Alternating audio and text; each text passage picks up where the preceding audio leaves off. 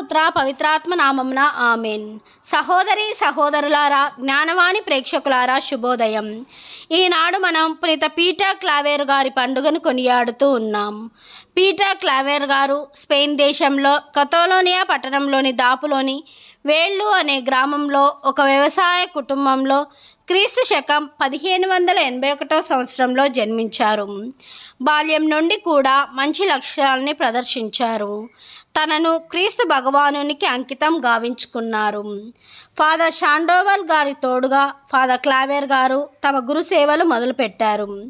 కొలంబియాలోని న్యూకాడా జైన ఓడరేవు పట్టణంలో వేలాది నీగ్రో ప్రజలు బంగారం, వెండి గనుల్లో పనిచేసేవారు. వారి బానిస బ్రతుకులు వెళ్ళబుచ్చుకునేవారు. అప్పుడే ఫాదర్ క్లావేర్ గారికి నీగ్రోల నిజ నిజాలు వెల్లడైనాయి. క్రీస్తు శకం 15వ శతాబ్దంలో కూడా ఈ వ్యాపారం జోరుగా జరిగింది. ఆఫ్రికా నుండి ఈ నీగ్రో బానిసల్ని ఓడలో తరలించేవారు. న్యూకాడా జీనా ఓడరేవుకు తరచూ ఈ బానిస ఓడలు వస్తూ ఉండేవి. ఓడ ఆగిన వెంటనే ఆ గురువు అందులోనికి చకచకా ఎక్కి నీగ్రో బానిస ప్రతి ఒక్కరికి బిస్కెట్లు, పండ్లు, చల్లని పానీయం స్నేహపూర్వకంగా అందించి వారిని ప్రేమతో కౌగిలించుకునేవారు. చాలని అన్న పానీయాలతో గొలుసులతో కట్టివేయబడి సుమారు 3 మాసాలు సముద్ర ప్రయాణం చేసి అలసి చిక్కి శైల్యమైన ఆ బానిసలకు ఈ గురువు పలకరింపులు అమృత జల్లులా అనిపించేవి. ఓడ పైభాగాన ఉన్న వారందరినీ కలిసిన మీదట ఓడ క్రింది భాగానికి వచ్చేవారు. అక్కడ శుభ్రత లేక రోగులతో దుర్గంధభూయిష్టంగా ఉండేది. అయినా ఆ గురువు అక్కడకు కూడా వెళ్ళి తినుబండారాలిచ్చి చల్లని పానీయాలు అందించేవారు. ఎంతో ఆప్యాయతతో నిమురుతూ వారికి పండ్లు పంచేవారు. గాయాలకు మందు వేసి కట్లు కట్టేవారు. అక్కడి దుర్వాసనను భరించలేక ఆ గురువుకు సహాయకులుగా వచ్చిన వారు మెల్లగా జారుకునేవారు. కానీ ఆ గురువు మాత్రం ప్రతి ఒక్క బానిసకు తమ సేవలందించి సంతృప్తి చెందేవారు. నీగ్రో భాష తమకు రాకపోయినా మానవతా సేవకు భాషతో పని లేదని నిరూపించిన మానవతామూర్తి మన పీటర్ క్లావేర్ గారు. ప్రతి సంవత్సరం ఫాదర్ పీటర్ క్లావేర్ తాము ఉంటున్న చుట్టుముట్టు ప్రాంతాల్లో నీగ్రో వారు అందరినీ సందర్శించి వారి క్రైస్తవ జీవితాన్ని మెరుగుపరిచేవారు. బహిరంగ సంతల్లో తరచూ ప్రసంగించేవారు. స్పెయిన్ వారి దాటికి గురి అయిన దీవులలో పట్టుబడిన ఆంగ్లేయులు, డచ్చి వారికి కూడా క్లావేర్ తమ దయగల సేవను అందించారు. వారి ప్రబోధాలకు ఆకర్షితులైన అన్యులు, ఖైదీలు ఎందరో శ్రీసభలో చేరారు.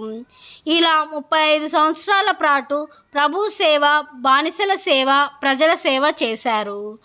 క్రీస్తు శకం 1650వ సంవత్సరంలో హవానా నుండి న్యూకాడా జీవా వరకు వ్యాపించిన ప్లేగు అంటువ్యాధి ఆ ప్రజలను అతలాకుతలం చేసింది.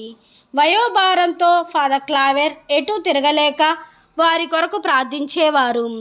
తమ యేసుసభ గురువులందరూ ప్లేగు వ్యాధి పీడితుల పరిచర్యలో ఉండగా వృద్ధ క్లావేర్ గారిని చూసుకోవటానికి ఒక నీగ్రో సేవకుణ్ణి నియమించారు. కానీ అతడెప్పుడూ ఆ గురువును శ్రద్ధగా పట్టించుకోలేదు. చీదరించుకోవటం, అవమానించటమే కాక ఆ గురువుపై పంపబడిన భోజనం కూడా కొంత తిరస్కరించేవాడు. కానీ ఫాదర్ క్లావేర్ ఈ విషయాన్ని బయటకు తెలియనీయలేదు. ఇలా 4 ఏళ్ళు శ్రమ అనుభవించారు. క్రీస్తు శకం 1654 సెప్టెంబర్లో క్లావేర్ గారు మంచాన పడగా పరిస్థితి విషమించింది. వారి మేలులు పొందిన ఎందరో నీగ్రోలు, క్రైస్తవ భక్తులు తరలి వచ్చి వారి దేహాన్ని తాకి ప్రార్థించి దుఃఖించి తమకు కృతజ్ఞతలు చూపుకున్నారు. చివరకు 1654 సంవత్సరం సెప్టెంబర్ 8న అనగా కన్య మరియమ్మ జన్మదినోత్సవం రోజున మంగళవారం ఉదయం 2 గంటలకు తను చాలించారు. న్యూకాడా జీవన్ నగరమంతా దుఃఖసాగరంలో మునిగింది.